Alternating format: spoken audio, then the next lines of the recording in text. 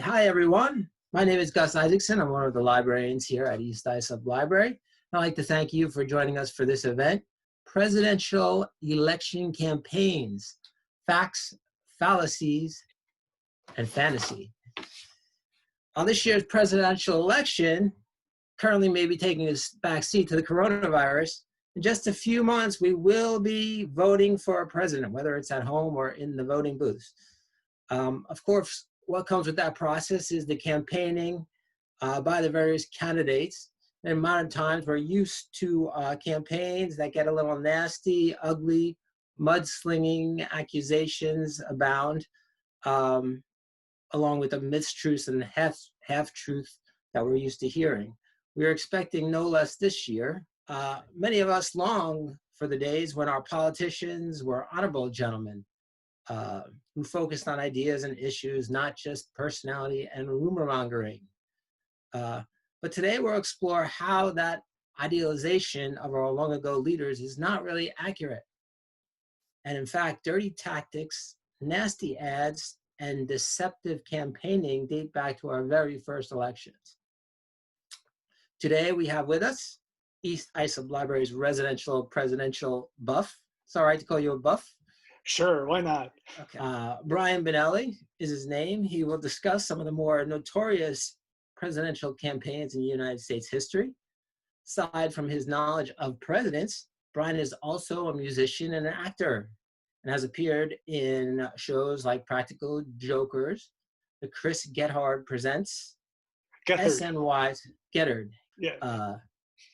SNY's Prospects, and also the Conan O'Brien Show, where he actually put Conan's presidential knowledge to the test. He's also the composer and performer of FDR, You Ready to Rock, an album of his original compositions about US presidents, believe it or not. Brian, thanks for visiting with us today. Hello, Gus. Thank you for having me. Great. Before I begin, how did you become so interested in presidents? When I started writing songs on the guitar, I write these short little songs. They're all like very, very, very like 30 seconds or so. And I was trying to think, what's a way I could combine all these songs into like one unified concept? And I thought, oh, why don't I just have an album with each song devoted to a president of the United States. At the time, there were only 43. And I figured how hard could it be to write 43 little songs about the presidents and each instrumental, kind of reflecting the type of person that the president was. Right. So that it just snowballed from there. I started reading more and more about these people, and I really became quite fascinated with this aspect of American history that sadly most people don't care about. Right. Most people know about Washington, Lincoln, maybe, FDR, Kennedy, but... yeah, but where are the Rutherford B. Hayes fans? Exactly. Where are the James Garfield fans? Exactly. Not too many people. Like, you schooled me on Franklin Pierce and Millard Fillmore's very interesting, interesting and sad and scary sometimes, our presidential history. So I thank you for that, and I hope our audience enjoys mining your vast knowledge of these little-known presidential hijinks that we're. Well, I hope so too. Okay, so on your email, you told me these presidential dirty tactics during the campaigns go back to our founding fathers. You mean these men in wigs that we revere so much? Our founding fathers engaged in these tactics in their election campaigns? Yeah, almost immediately they resort to these tactics. It's really quite remarkable. In the first two elections, 1788 and 1792, Washington is running unopposed. So there really isn't any need for mudslinging or anything like that. Yeah. But once his 2 terms are up and he's out of the office, all bets are off. The floodgates open. It is important to note that the people themselves, the candidates themselves running for president, they didn't actually get their hands dirty. They weren't actively campaigning. It was the party was, throwing, putting all this mudslinging out there. They had like middlemen do all their dirty business. It wasn't until. They didn't try to stop it, though. No, they didn't try to stop it. And in some cases, they had more of a say than they'd like to admit. Right. But it wasn't really until William McKinley ran in 96 was that? 1896, I believe. It wasn't until that election when the president would actually get more involved. Right. And that was largely in response to his opponent, William Jennings Bryan, was going on this train tour of America talking to Right. people, which was highly irregular at the time. And McKinley's like, I don't want to do that. Just have everybody come to my porch. And they called it like the porch campaign. They would just come to him and he talked to them, which is funny and kind of lazy at the same time. I respect that. But to answer your question, yes. So the first election without Washington, it's 1796. 1796. With his vice president, John Adams, a Federalist, running up against Thomas Jefferson, Washington's Secretary of State, Right. who was a Democratic Republican.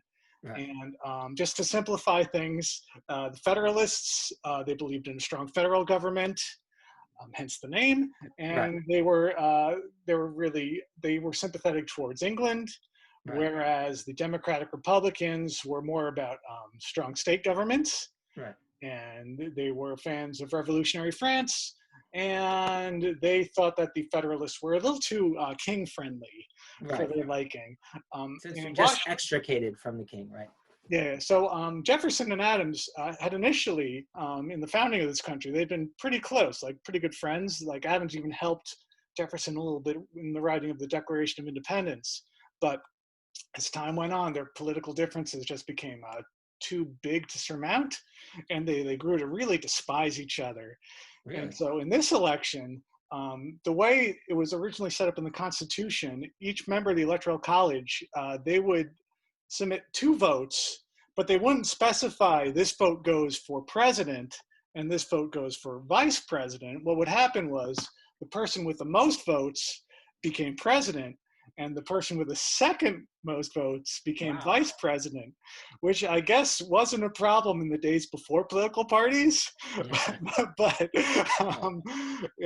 very quickly, the flaws in this system became evident because due to Federalist infighting, largely due to a scheme that Alexander Hamilton had, who he didn't really like John Adams. So long story short, John Adams gets the most amount of votes, becomes president, but his rival, the man he hates the most, Thomas Jefferson, gets the second most amount of votes and becomes his vice president.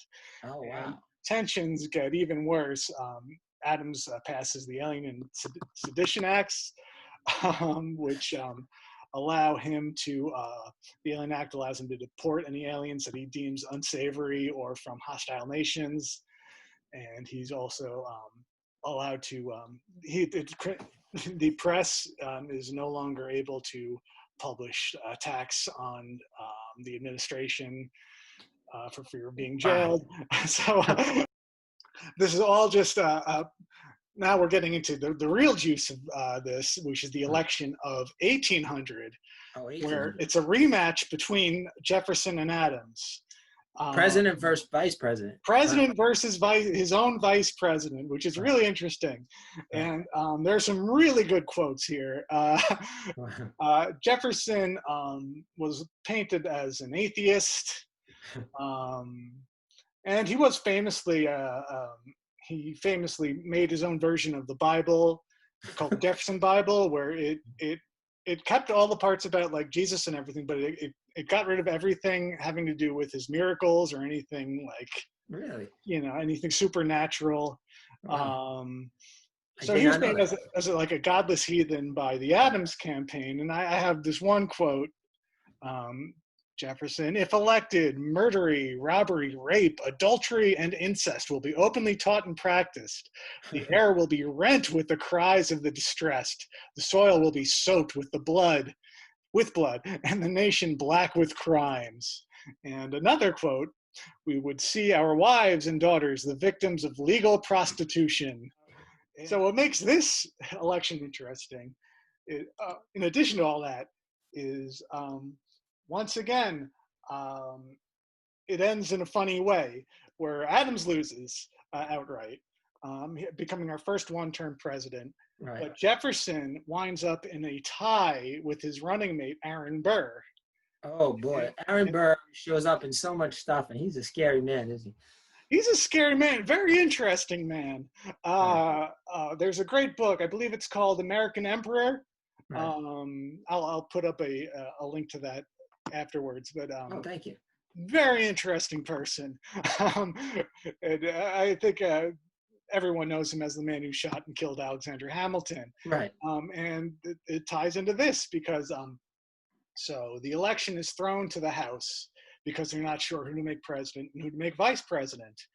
And Alexander Hamilton, figuring that Jefferson is the lesser of two evils, is the ultimately is able to put his weight behind a Jefferson victory for president, and Aaron Burr becomes vice president, and we all know how that ended. Yeah. So it wasn't until the ratification of the 12th Amendment where this whole issue of who's president, who's vice president finally gets resolved. Right. I didn't realize that's how it worked back then. Talk about strange bedfellows. I mean, what combinations could be made with that? And I don't think the government could have worked too well at that point. Imagine them doing that today. Yeah, I don't think it would fly today at all. After that, what were the elections after that we engaged in some? I see there was Adam's son, actually, John Quincy, was engaged in what some say was the nastiest election in American history, even to this date, with Andrew Jackson. What went on back then? Well, once again, I have to take you to one election prior to that, so you get the full backstory. So in the election of 1824, it's Jackson up against Adams.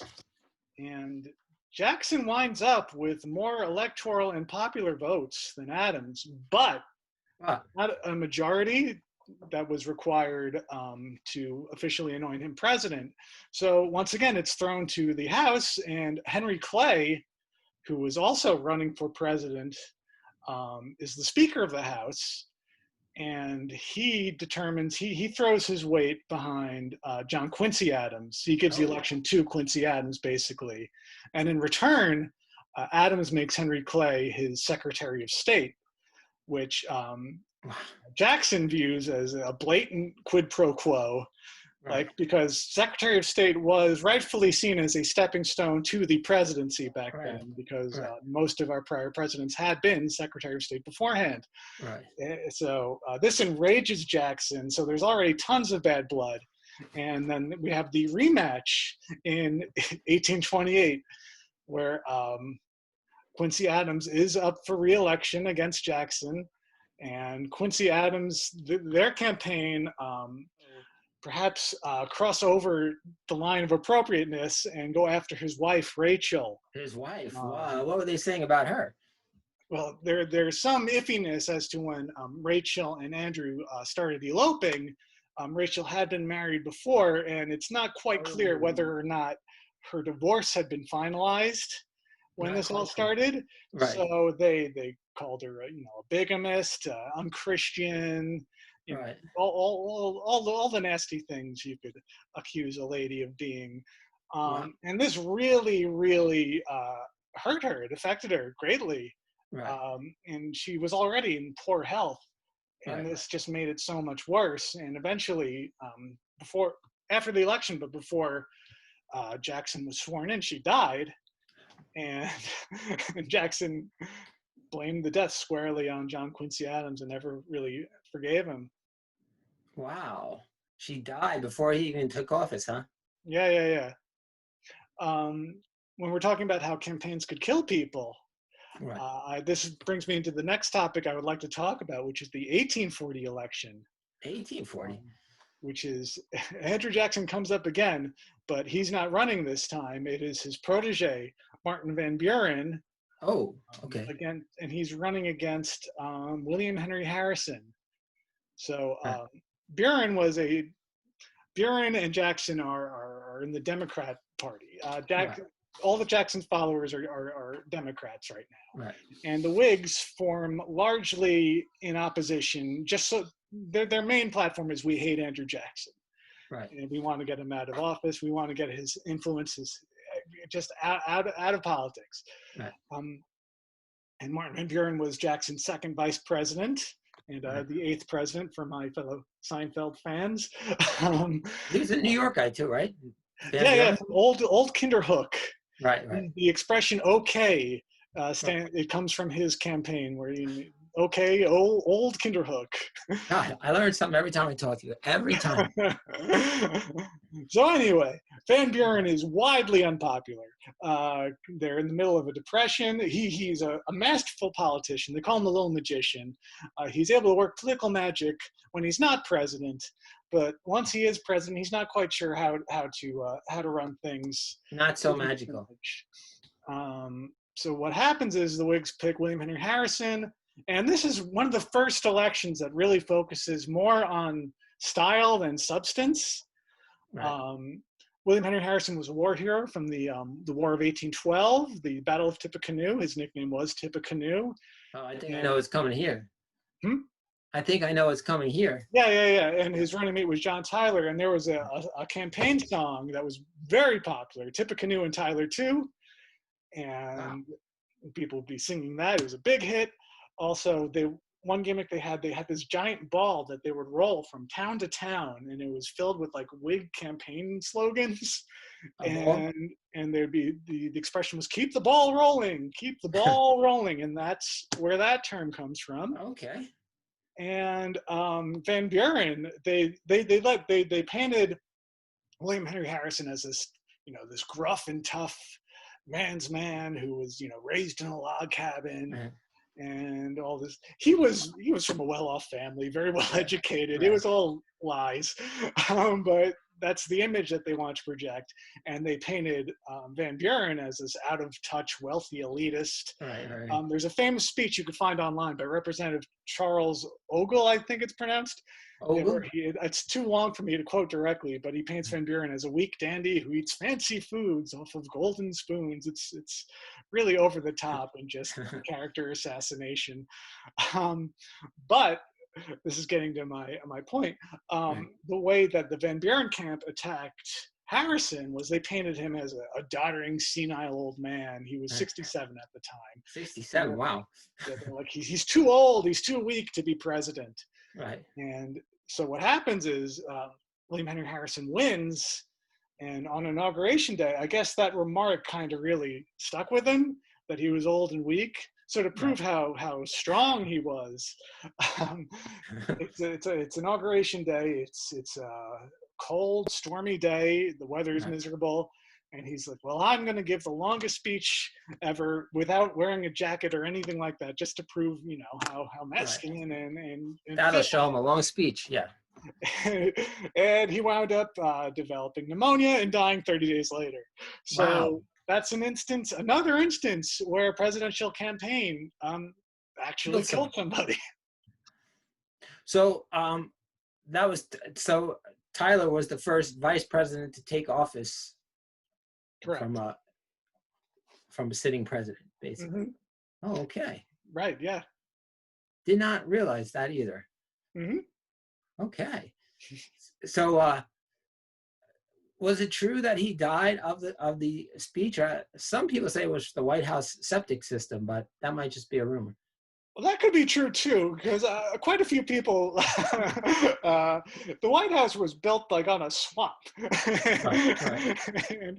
and living conditions were nothing short of just awful back then, especially for people living. The White House was really like a dump. Like if you read accounts of it, it's like falling apart. It's really a mess. They probably got the land cheap. That's probably why they could afford it. And there's speculation that also tied into the death of Zachary Taylor later on. Oh, really? Another Whig. Right. The Whigs didn't have much luck with keeping their presidents alive. So yeah, I am sure that the living conditions weren't ideal for that. But 30 days. Was that the shortest presidency? That was the shortest presidency? Yes. Okay. Okay. I thought so. It's hard to top that. Hard to, yeah. So you had some information on a president I knew nothing about, and I know a lot of people don't know a lot about. Grover Cleveland. He's a fascinating man who was first elected in 1884. What happened with that campaign? Okay, so this is a really sad story, actually, and it's also interesting comparing it to how events unfolded back then to how they might unfold if a similar situation happened these days. Cleveland was he ran on honesty and integrity. That was his brand. As governor of New York, he was known for cleaning up like Tammany Hall and all that stuff.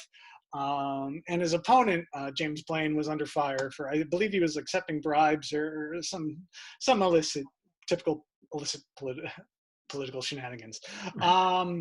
Anyway, shortly before the election, word gets out that Cleveland fathered an illegitimate child while working in Buffalo as a lawyer with a woman named Maria Halpin. And the Cleveland camp, they decide, okay, we'll spin this. We'll admit to this. We'll say that yes, he is the father, and yes, he did initially provide child support. Well, no, they didn't admit to him being the father. Let me backtrack. They said yes, he did have an affair with this woman, and he did. He initially provided some child support, but they also tried to paint her as kind of a floozy who, got around. And there were questions about whether or not Cleveland was the father or some other people. Like, I know the child's name was Oscar Folsom Cleveland, and Oscar Folsom was Cleveland's best friend and fellow law partner. So there were rumors that he might have been the dad, but so the Cleveland camp admits, like, yes, there was an affair, but we're not sure that Cleveland's the dad, but he did the honorable thing by forking over some money. But later, more details come out. Really? You find out that the child was taken away from her, sent to an orphanage. He never saw him again.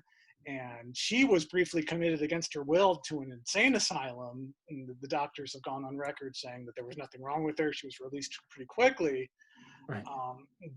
But she was painted as this like unreliable, crazy woman. And she actually claimed that Cleveland raped her. And amazingly, not only did this not hurt Cleveland's campaign at all, it might have actually seemed to help him, because people believed him, and they believed this just affirmed. They just thought this reinforced him as an honest man by admitting to the affair. But looking at it nowadays, growing up, I would read about this stuff, and they always would just give you Cleveland's side of the story. But especially in this like post Me Too era, you have to wonder, like, what went on? What actually went on? And they pretty much like did this character assassination against this woman that went unquestioned. So it is a really sad story, and her reputation, was ruined. His was helped. Now his opponents, they did have this song. There's a famous political cartoon, and there was a song, "Ma Ma, Where's My Pa?"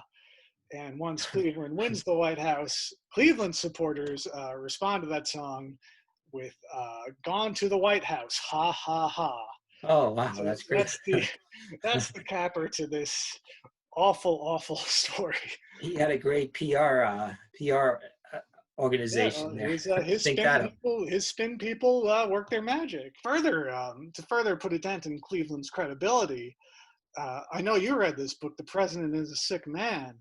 Right. Where in his second term, his non-consecutive second term, Cleveland discovered that he had cancer in his mouth, a cancerous growth. They arranged a secret surgery on the Long Island Sound on this yacht. They covered it up by saying it was a fishing trip, a 4-day fishing trip. And they were able to take out a part of his jaw and the growth without it affecting his physical appearance at all. They That's didn't even tell amazing. his vice president this. Right. And he came back and pretended like nothing happened. And a reporter actually uncovered the story and reported on it. And Right. Cleveland and his spin team, they attacked him and ruined his reputation. And it wasn't until decades later that they found, oh yeah, no, that was true. So Oh Cleveland no. not as honorable Right. as his reputation makes him out to be. Right. Known for his honesty and integrity. Basically, that's 2 lives he ruined right there, and God knows Yeah, how many more. Wow. yeah. But in terms of, and when we're talking about how, being able to spin a scandal into something that is a positive, I'm reminded of Richard Nixon and his checkers speech. Oh no. Okay, we'll if get we into want, if we Nixon. want to go there, Wow. how Okay. Nixon was accused of improperly using campaign funds, and when he was running with Ike Eisenhower as his vice president in Right. 1952. And Ike wasn't sure whether or not to dump him from the ticket or not. And Oh Nixon, really? a rare moment of really understanding how the media works, and a rare moment where it works in his favor. He buys this ad time where he goes through his expenses. He introduces his wife, who wears respectable Republican cloth, Right. and and then he gives this sob story about the only campaign contribution he ever accepted was a dog named Checkers, and he's keeping it because his mother loves it, and it's schmaltzy and horrible and manipulative, and people eat it up and they love it. So there is an art to being able to spin these controversies in a way that could favor Right. a candidate. Right. Great. Use a dog. Always use a dog. Any doubt? Yes. Nixon. Now, so now, now we're into the 20th century. Any other really dirty campaigns or? Uh, Well, we could talk about Nixon some more. okay. I could talk about Nixon forever. I am fascinated by Richard Nixon. I know you are. I So know. this isn't a presidential campaign. This is during his 1950 campaign for Senate. Um, he in the 40s, he really rose to prominence as this part of the McCarthy hearings and the House of Un-American Activities Committee investigations. He was a key part of that. He was big Right. into like red scaring, the communists are bad. Everyone's a communist. He famously was able to get Alger Hiss, I believe, arrested. But what else? Oh yes. So he's running against this woman, Helen Gahagan Douglas, who is a very, very liberal person. She was an actress turned politician, Right. and he just runs on the whole communist angle. He calls her the Pink Lady. Right. They print up these attack ads, these little posters that are pink. He says she's pink right down to her undergarments, is the famous quote. And Okay. he had a campaign manager who had this amazing quote: "The purpose of an election is not to defeat your opponent, but to destroy him," Oh wow. which is a key insight into what goes on behind the scenes. That should have been our first warning about Nixon, right? Should have been. Right. But anyway, what really comes out of this, the big thing that comes out of this is his nickname. Douglas comes up with the immortal Tricky Dick nickname that sticks with Nixon forever, and rightfully so. Right. Wow. But I could talk about some more. We could go into the the 60s and talk about LBJ. LBJ. Right. Yeah, why not? He was a scary man. He scares me even just reading about him today. What? Very scary. He was a very old school type politician. Very Right. much, scratch my back, I'll scratch yours. Wheeling and Right. dealing, corrupt. Talk about quid pro quo, right? Yeah. And he had his fair share. I mean, it's documented. It's a fact that he had in the past. He had like rigged elections. Right. Um, Right back in Texas. Right. Yeah, he played dirty. Robert Caro has the amazing series of books on Lyndon Johnson's life that you absolutely should read. They're all about this thick, and Right. they're all incredible. He's Right. a very fascinating man. and probably would be remembered as a great president if not for the quagmire of Vietnam that Right, he was exactly. kind of dragged into, and he later would regret. But anyway, so let's go to 1964. So it's 1 year Okay. after Kennedy is assassinated. Lyndon Johnson was his vice president, and he was essentially powerless as the Right. vice president and just itching to get out of there. And now he's ascended to the presidency, and now it's time for him to win his own term in his own right. And he's up against Barry Goldwater. Do you know much about Barry Goldwater? A little bit about Barry Goldwater. Very conservative, very. Yeah, he's a very interesting character, especially if you read about him like later in life, where he comes off as like almost like a modern day like moderate Democrat, but or libertarian. But Right. back in the day, he was seen as like an extremist, Right. dangerous right-wing lunatic. Right. Um, and he was famous. He wrote the book The Conscience of the Conservative. He was a key figure in the conservative movement. But yeah, his extremist views were mostly in regards to his open willingness to use nuclear weapons. Oh, He's great. like, why not? Right. He's like, Right. field commanders should be allowed to use nukes whenever they want without Right. presidential approval. So, and Goldwater's slogan was, in your heart, you know he's right. Right. LBJ counters with, in your guts, you know he's nuts.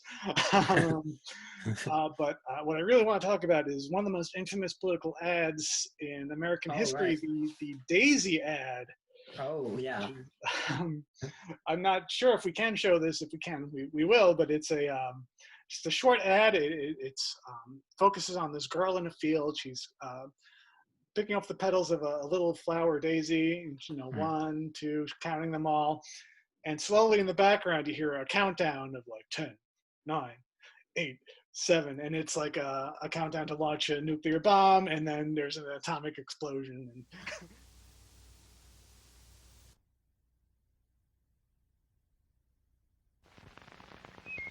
1, 2, 3, 4, 5, 7, 6, 8, 9, 10, 9, 8, 7, 6, 5, 4, 3, 2, 1, 0.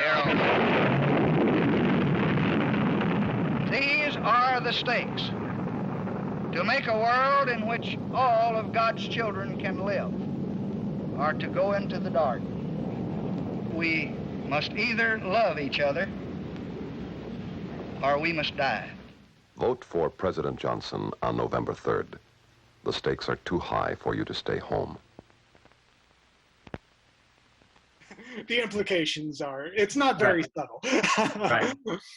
This ad only aired once, but it was incredibly powerful, Right. and people still talk about it today as just an example of just how far you could go in a political ad. Do you know when they aired that? Was it towards some big television event or something, or how could they I'm just? not, I'm not actually sure when exactly it did air. That's a good question. Yeah, Something to look into. Yeah. Okay. More research for us. More Yes. research. But yeah, if we can show that, we will. We'll put it up on the. We'll share it up here in the video. That would be great. Mhm. Anything else you want to talk about in the 20th century? Well, I guess I could.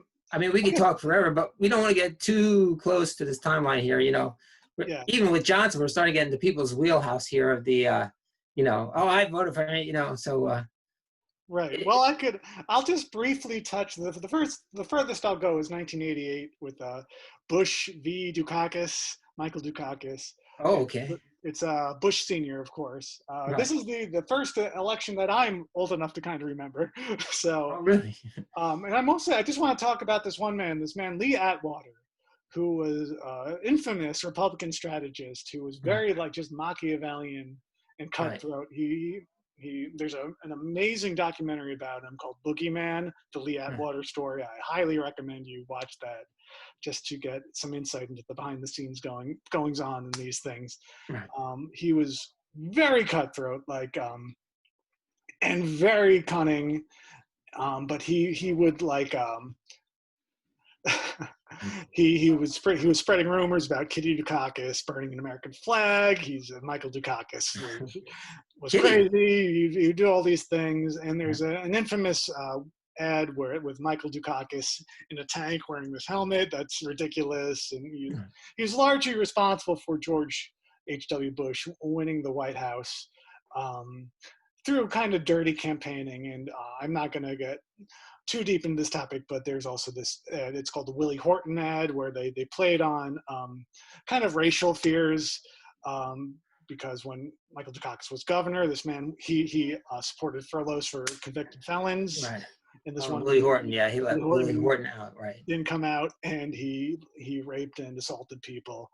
Right. And the ad was really just playing into he would stoke racial fires. Okay. That's he thought all bets were off, and he would later die of a inoperable brain tumor not too long after that. And on his deathbed, he recanted, and he became a born-again Christian and all that stuff. Oh, that helps. That helps. Very, very interesting character. Yeah. So that Dukakis ad, originally that was Dukakis's ad showing him that he was tough and strong enough to be president. But then it backfired. Yeah. That's the case of never taking out a weapon that you don't know how to use. Right. Yeah, because it will be used against you. Well, that's great, Brian. Thank you so much for visiting with us today. Yeah. Well, Brian, also, if anybody wants to see your presidential songs, music, or other entertainments, where can they view this stuff? I wasn't ready. I wasn't prepared with a plug. Okay, I'm sorry. You can look me up on YouTube. I'm the Brian Benelli. I post animation and stuff, weird videos, songs, TV appearances. I am also on Instagram as All the President's Man. I post bug photography, weird stuff there. Bug photography. You do it all. Yeah, that's all another presentation I could do. Okay. And yeah, on Bandcamp, just Google Brian Bailey Bandcamp. You could find my music and download it for free, because I don't believe in charging people for my art. Well, I'd pay for it, but okay, well, you can. There's the option, but I'll send you a check. Okay. All right. So thanks, Brian, and maybe we'll work on that bug thing for next month. Yeah, sure. Okay. All right. Thanks very much. Okay, you're welcome. All right. Take care. You too.